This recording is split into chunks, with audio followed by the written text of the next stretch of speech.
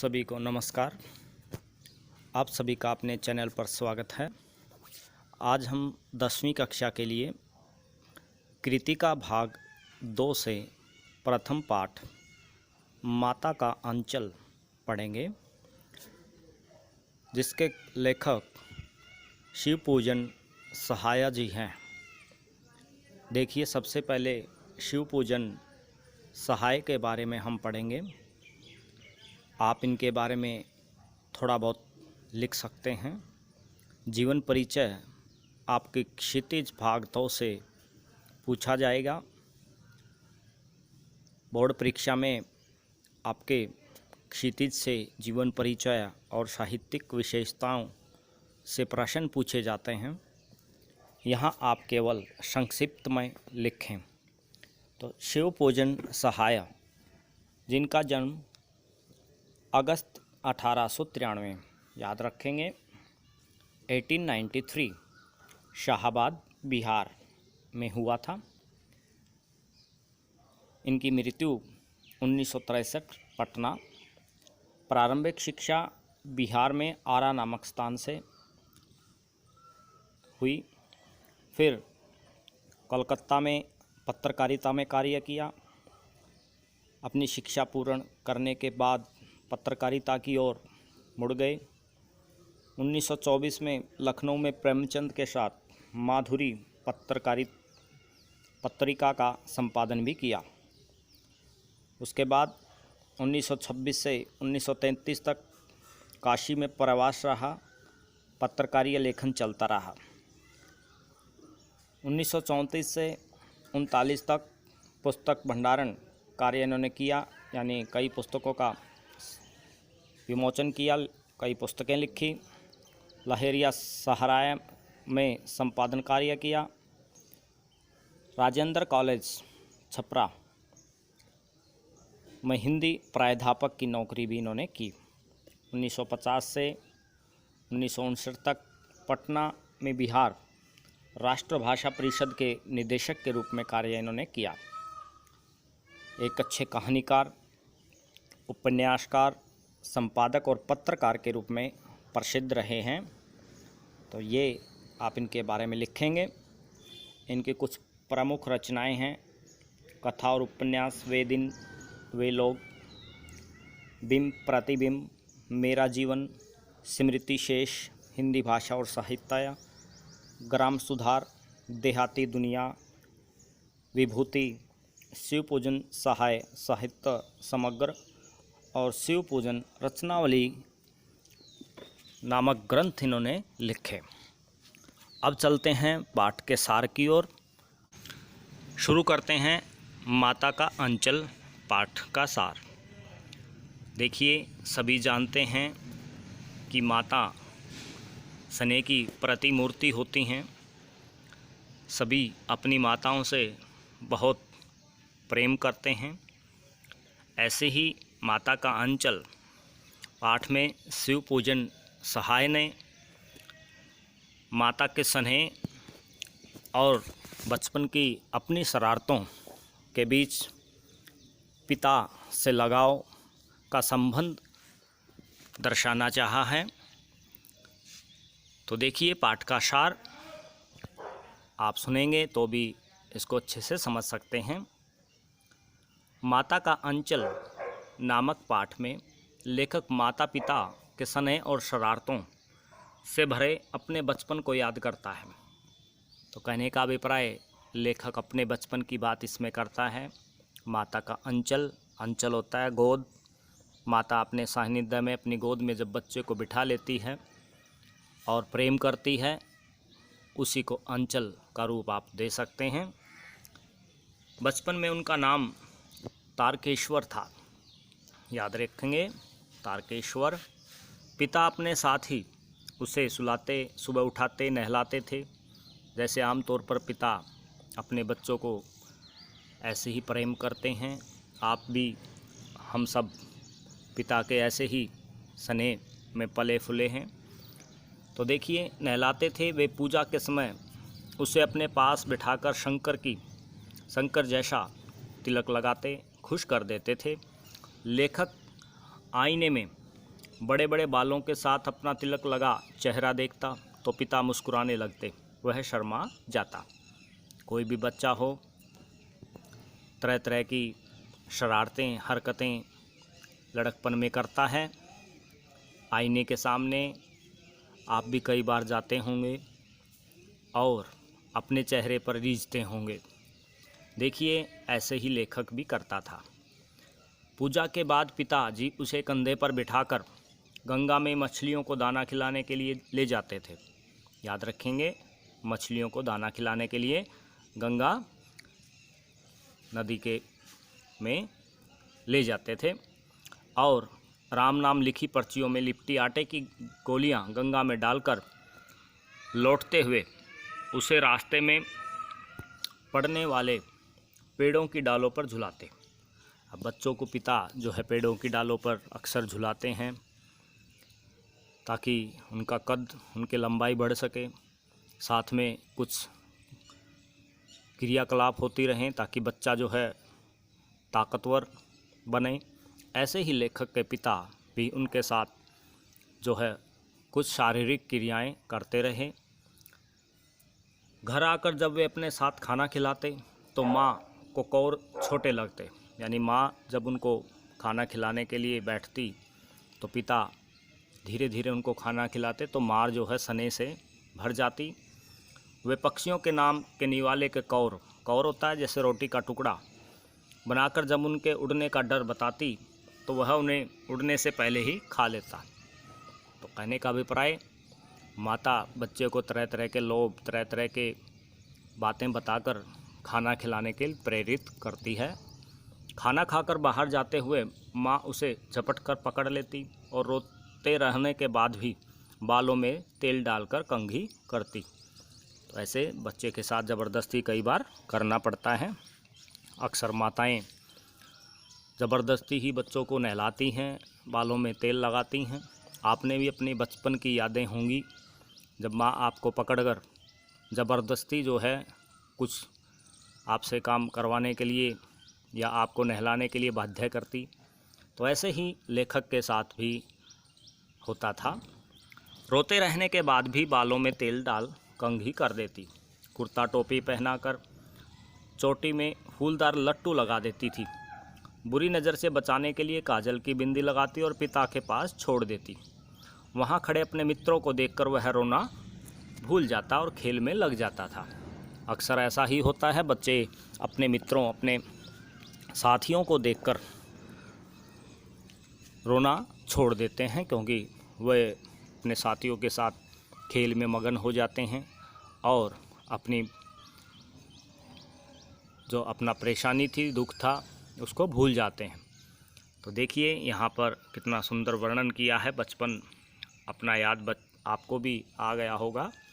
पिताजी उनको बहुत लाड करते, वे कभी उनके हाथों को चूमा करते, कभी दाढ़ी मूछ गड़ाते, कुश्ती खेलते और बार बार हार जाते। अक्सर पिताजी बच्चों के साथ खेलते हुए गिर जाते हैं जानबूझकर ताकि बच्चे का मनोबल बढ़ता रहे। घर के सामने ही खेले जाने वाले मिठाई की दुकान के खेल में 2-4 गोरखपुरी पैसे देकर शामिल हो जाते। घरौंदे के खेल में खाने वालों की पंक्ति में आखिरी में चुपके से बैठ जाने पर जब लोगों को खाने से पहले ही उठा दिया जाता तो वे पूछते कि भोजन फिर कब मिलेगा। तो बच्चों के साथ पिताजी भी कई बार अटखेलियाँ करते और बच्चे जब मिट्टी के घरौंदे बनाते उनके साथ खेलते। बारात के खेल में दुल्हन की विदाई होती तो चूहेदानी की पालकी में पिता दुल्हन के मुख को कपड़ा हटाकर देखते, चूहेदानी की पालकी बनाते बच्चों के लिए, बच्चों को हंसाते। खेतों में खेल में फसल आने पर पूछते कि खेती कैसी रही। लेखक मित्रों के साथ आसपास के छोटे मोटे सामान को जुटाकर इतनी रुचि से खेलता कि उन खेलों को देखकर सभी खुश हो जाते। तो इस प्रकार से लेखक जी ने जो है अपने बचपन का सुंदर वर्णन यहाँ पर करते हुए कहा है कि वो छोटे मोटे सामान को जुटाकर खेलों में रुचि दिखाते। तिवारी के नाम कि जान पहचान वाले एक बूढ़े का मजाक उड़ाना, आंधी आने पर लोकगीत गाना लेखक और उसके मित्रों की आदत बन गई थी। तो देखिए, एक बार तिवारी का मजाक उड़ाने पर अध्यापक ने लेखक की खूब पिटाई की। बच्चे अक्सर दूसरों का मजाक उड़ाते हैं, तो ऐसे में लेखक को अध्यापक की पिटाई का सामना करना पड़ा। पिता ने बचाव कर उसे सांत्वना दी। पिता द्वारा घर ले आते समय मित्रों के मिलने पर वह सब भूल गया और खेतों में चिड़ियों को पकड़ने की कोशिश करने लगा। चिड़ियों के उड़ जाने पर जब एक टीले पर आगे बढ़कर चूहे के बिल में उसने आसपास का भरा पानी डाला तो उसमें से एक सांप निकल आया। अब देखिए, बच्चे शरारती होते हैं। चूहे के बिलों में पानी डाल दिया और वहाँ से एक सांप निकल आया। डर के मारे लुढ़ककर गिरते पड़ते हुए लेखक लहूलुहान की स्थिति में जब घर पहुँचा तो सामने पिता को बैठे देखा। पिता के साथ सदा अधिक समय बिताने के बाद भी उसे अंदर जाकर माँ से चिपटने में सुरक्षा महसूस हुई। यही लेखक माता के अंचल की शक्ति और उनके प्रेम सामर्थ्य को दर्शाता है कि किस प्रकार विपत्ति आने पर बालक जो हमेशा पिता के साथ खेलते रहते थे, ऐसी स्थिति में जब वो किसी सांप को देखकर भागता है तो पिता सामने बैठे हुए हैं, पिता के पास न जाकर माता के आंचल में छिप जाते हैं, यानी माता से चिपटने में सुरक्षा महसूस करते हैं। तो माँ ने घबराते हुए भी आंचल से उसकी धूल साफ की और हल्दी लगाई। लेखक को तब माँ की ममता पिता के प्रेम से बढ़कर लगी। तो माँ का जो प्रेम है वो पिता से बढ़कर लेखक ने यहाँ दर्शाया है। हालांकि माता पिता दोनों ही बच्चे से बहुत अधिक प्रेम करते हैं, लेकिन माँ का आंचल, माँ का जो प्रेम है, स्नेह, वह बच्चे को हमेशा ही आकर्षित करता है। ये शिव पूजन सहाय ने इस पाठ में लिखा है। अब चलते हैं अभ्यास के प्रश्न उत्तरों की ओर जो आपने लिखने हैं। देखिए, पहला प्रश्न,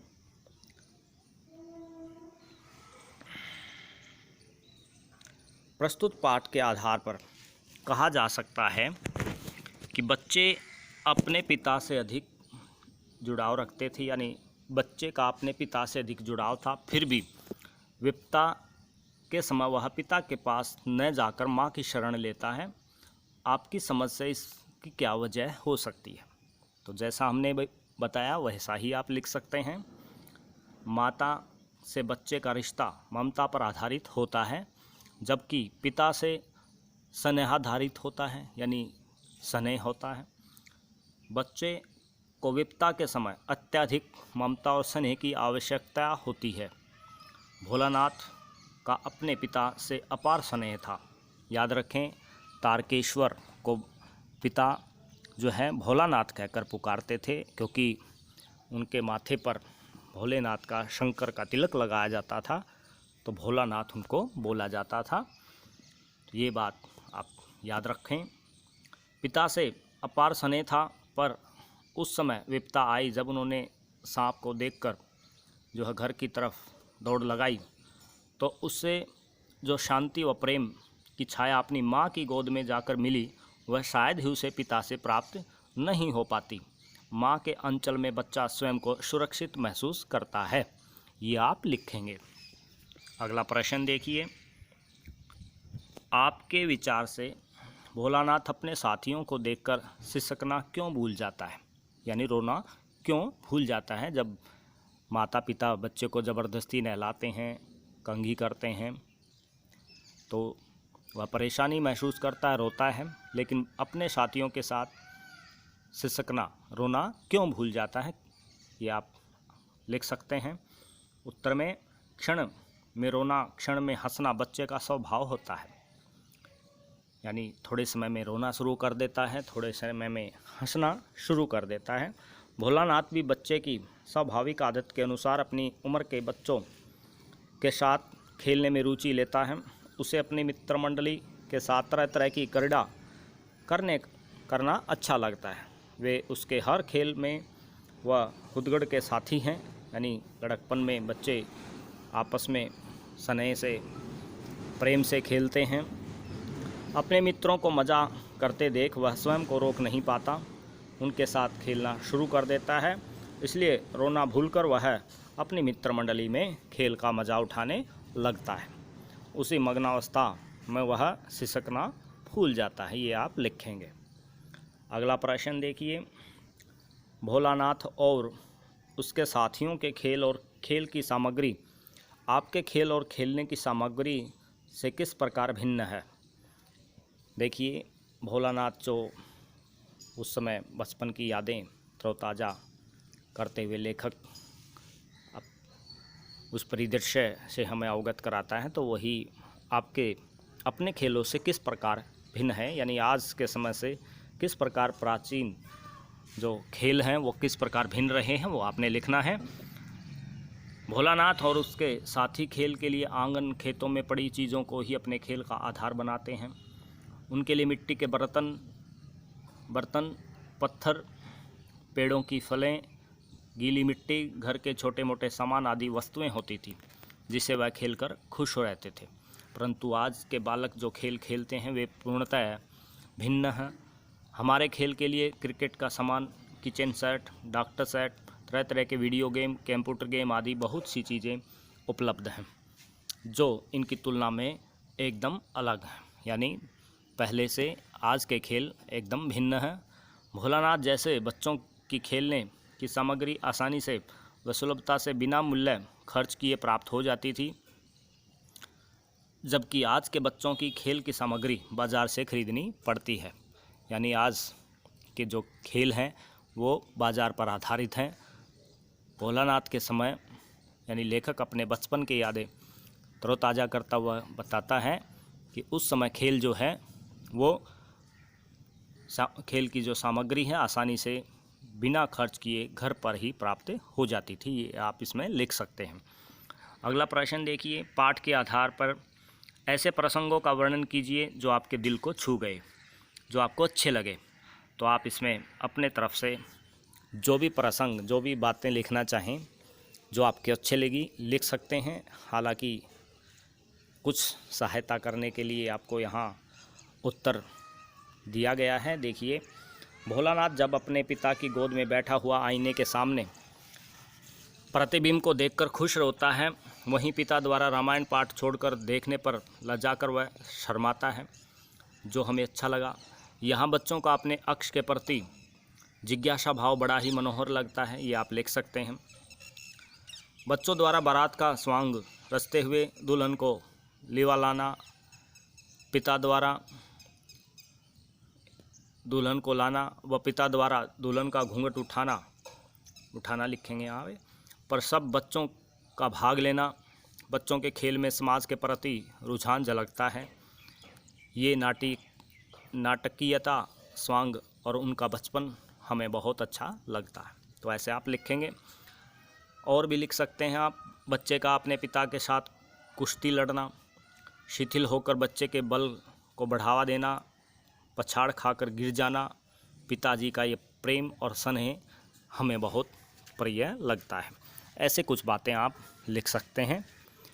अगला प्रश्न देखिए, इस उपन्यास अंश में 30 के दशक यानी 1920 से 30 की बातें जो हैं ग्राम्य संस्कृति का चित्रण किया गया है, यानी ग्रामीण संस्कृति देखने की झलक हमें देखने को मिलती है। आज की ग्रामीण संस्कृति में आपको किस तरह के परिवर्तन दिखाई देते हैं, यानी क्या परिवर्तन आज हो चुके हैं, वो आपने लिखने हैं। जिस प्रकार खेलों का भी हमने जिक्र किया कि खेलों में किस प्रकार परिवर्तन हो गए हैं, ऐसे ही ग्रामीण संस्कृति परिवेश में किस प्रकार के परिवर्तन देखने को मिलते हैं, ये आप लिखेंगे। 30 के दशक की ग्राम्य संस्कृति में किसी प्रकार के दिखावे का अभाव था, यानी दिखावा नहीं था। लोग बहुत ही सीधे साधे हुआ करते थे, लोग परस्पर मिलजुल कर रहा करते थे, किसी भी पर्व त्यौहार को पूरे उत्साह के साथ मनाते थे। गांव में बचपन के खेल खेल में ही वैसी सभी बातों को सिखाया जाता था, जिससे बच्चे बड़े होकर कार्यक्षेत्र में प्रवीण हो सकें और व्यवहारिक भी बन सकें। ये हम पाठ से हमने सीखा है। आगे आप इसमें लिखेंगे, आज की ग्रामीण संस्कृति में काफ़ी बदलाव आए हुए हैं। अब ग्राम या गांव में दूषित राजनीति के पांव पसारने के कारण लोगों के अंदर जाति, धर्म, संप्रदाय, अमीर और गरीब जैसे भेदभाव पनप गए हैं। आज के गांव में लगभग सारी शहरी सुविधाएं लोगों को प्राप्त हो रही हैं। बिजली, पानी, स्कूल, अस्पताल, सड़क और खेती के वैज्ञानिक संसाधन उपलब्ध हैं। तो आज की ग्रामीण संस्कृति शहरी संस्कृति से मिलकर चलने लगी है, ये आप इसमें लिखेंगे। लेकिन पहले ऐसा नहीं था। 30 के दशक में जो है ग्रामीण संस्कृति एक प्रकार से बिल्कुल स्वाभाविक, प्राकृतिक थी। ये आप लिख सकते हैं। अगला प्रश्न देखिए, हाँ, माता पिता का बच्चे के प्रति जो वात्सल्य व्यक्त हुआ है उसे अपने शब्दों में लिखिए। वात्सल्य होता है माँ बाप का बच्चे के प्रति प्रेम। वात्सल्य रस आपने सुना होगा, नहीं सुना तो आप हमारे रस वीडियो को देख सकते हैं। रस के ऊपर हमने वीडियो बनाई हुई है, रस कितने प्रकार के होते हैं वो ज़रूर पढ़ें आप, ताकि आपको ऐसी बातों से जो है ऐसे व्याकरण संबंधी जो बिंदु हैं, महत्वपूर्ण बिंदु हैं, उनका ज्ञान हो सके। तो देखिए, इसमें वात्सल्य जो व्यक्त हुआ है, बच्चे के प्रति प्रेम जो व्यक्त हुआ है, उसको वर्ण अपने शब्दों में आपने करना है। तो आप इसमें वही बातें लिख सकते हो जो पिता पुत्र का प्रेम और माता के प्रति जो है बच्चे का अत्यधिक लगाव दर्शाया गया है, वही बात इसमें आप लिख सकते हैं। भोलानाथ के पिता अपने पुत्र के प्रति बहुत स्नेह रखते थे। सुबह से लेकर शाम तक जितना भी समय उन्हें मिलता वे भोलानाथ के साथ बिताते थे। भोलानाथ को सुबह जगाना, नहलाना, साथ में पूजा के लिए बैठाना, ऐसे ही मछलियों को चारा खिलाने के लिए ले जाना, उनके खेलों में शामिल होना और उनके गहरे लगाव को दर्शाता है। भोलानाथ की माता वात्सल्य और ममता से भरपूर माता हैं, यानी बच्चे के प्रति अत्यधिक प्रेम उनके हृदय में है। भोलानाथ को भोजन कराने के लिए भिन्न भिन्न तरह के स्वांग रचना स्नेही माता की ओर संकेत करता है, जो अपने पुत्र के भोजन को लेकर चिंतित है। दूसरी ओर लहूलुहान और भय से कांपता देखकर माँ भी स्वयं रोने और चिल्लाने लगती है। अपने पुत्र की ऐसी दशा देखकर माँ का हृदय जो है दुखी हो जाता है। यहाँ का अलग है। माँ का ममतालु यानी ममतत्व इतना भावुक है कि वह बच्चे के डर के मारे कांपता देखकर रोने लगती है, डर जाती है। उसकी ममता पाठक को बहुत प्रभावित करती है, ये आप लिखेंगे। अगला प्रश्न देखिए, माता का अंचल शीर्षक की उपयुक्तता बताते हुए कोई अन्य शीर्षक सुझाइए।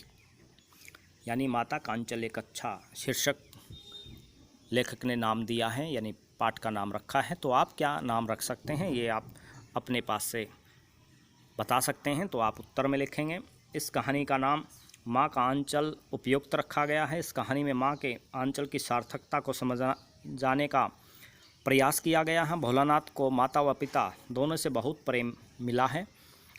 उसका दिन पिता की छत्र छाया में ही शुरू होता है। पिता की हर क्रीड़ा में सदैव साथ रहते हैं। विपदा होने पर उनकी रक्षा करते हैं, परंतु जब वह सांप को देखकर डर जाता है तो वह पिता की छत्र छाया के स्थान पर माता की गोद में छिपकर ही प्रेम और शांति का अनुभव करता है।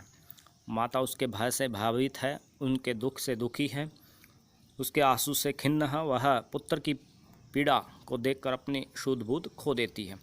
बस इसी प्रयास में है कि वह पुत्र की पीड़ा को समाप्त कर सके। माँ का यही प्रयास उसके बच्चे की आत्मीय सुख और प्रेम का अनुभव कराता है। इसलिए इस कहानी का लेखक ने जो शीर्षक दिया हुआ उपयुक्त है। हो सकता है माँ की ममता, हम अपना शीर्षक दे सकते हैं माँ की ममता, क्योंकि कहानी में माँ का स्नेह ही प्रधान है। ये आप नया शीर्षक दे सकते हैं। और भी आप नया अपने पास से कोई शीर्षक बना सकते हैं जो इस कहानी पर एकदम स्टिक बैठता हो। अंतिम प्रश्नों में चलते हैं। बच्चे माता पिता के प्रति अपने प्रेम को कैसे अभिव्यक्त करते हैं? उत्तर दीजिए। देखिए, माता पिता अत्यधिक प्रेम सभी बच्चों से करते हैं। आप भी अपने माता पिता से प्रेम करते हैं, तो किस प्रकार से अभिव्यक्त करते हैं वो प्रश्न पूछा है। उत्तर में लिखेंगे कि बच्चे माता पिता के प्रति अपने प्रेम की अभिव्यक्ति कई तरह से करते हैं। माता पिता की गोद में बैठकर, पीठ पर सवार होकर, माता पिता के साथ विभिन्न प्रकार की बातें और अपना प्यार व्यक्त करते हैं। माता पिता के साथ रोध होकर जिद करते, कुछ मांगते हैं, फिर बाद में अपना प्रेम अलग अलग तरीके से प्रकाशित यानी प्रकट करते हैं। माता पिता को कहानी सुनाने और कहीं घुमाने ले जाने की और अपने साथ खेलने की बात कहते हैं। ये आप अपने अनुभव भी इसमें लिख सकते हैं कि आप भी ऐसा करते हैं। आगे प्रश्न देखिए। पाठ में बच्चों की जो दुनिया रची गई है वह आपके बचपन की दुनिया से किस प्रकार भिन्न है, ये बताना है। ऊपर हम ऐसे 2 प्रश्न पढ़ चुके हैं कि आपके खेल किस प्रकार भिन्न हैं और ग्रामीण संस्कृति परिवेश किस प्रकार भिन्न है। तो आप अपने बचपन की दुनिया और पाठ के आधार पर जो बातें आई हैं उससे किस प्रकार भिन्नता प्रकट करेंगे वो लिखना है। यह कहानी उस समय की कहानी प्रस्तुत करती है जब बच्चे के पास खेलने के लिए अत्यधिक साधन नहीं होते थे। वे अपने खेल प्रकृति से ही प्राप्त करते थे, उसी प्रकृति के साथ खेलते थे। उनके लिए मिट्टी, खेत, पानी, पेड़, मिट्टी के बर्तन आदि साधन थे। परंतु आज बच्चों की दुनिया इन बच्चों से भिन्न है। आज के बच्चे टीवी, कंप्यूटर आदि में अपना समय व्यतीत करते हैं। फिर क्रिकेट की बात हो, बैडमिंटन, चॉकलेट, पिज़्ज़ा आदि में अपना बचपन बिता देते हैं। यानी बचपन की क्रियाएं आप इसमें अपनी भिन्नता को प्रकट करने के लिए जोड़ सकते हैं, लिख सकते हैं। आज के लिए इतना ही। आज हमने कृतिका भाग 2 से ये प्रथम पाठ पढ़ा, जिसके प्रश्न उत्तर आपने लिखने हैं और याद करने हैं। तो प्यारे बच्चों, ज़्यादा से ज़्यादा बच्चों को शेयर करें, जोड़ें, ताकि आने वाली वीडियो से सभी बच्चे अवगत हो सकें। सब्सक्राइब ना किया हो तो कर सकते हैं, और साथ में एक बेल होती है, जो बेल को प्रेस कर दें आप, ताकि जब हम कोई नया वीडियो डालें तो आपके पास नोटिफिकेशन पहुंच सके। आपका दिन शुभ हो। धन्यवाद।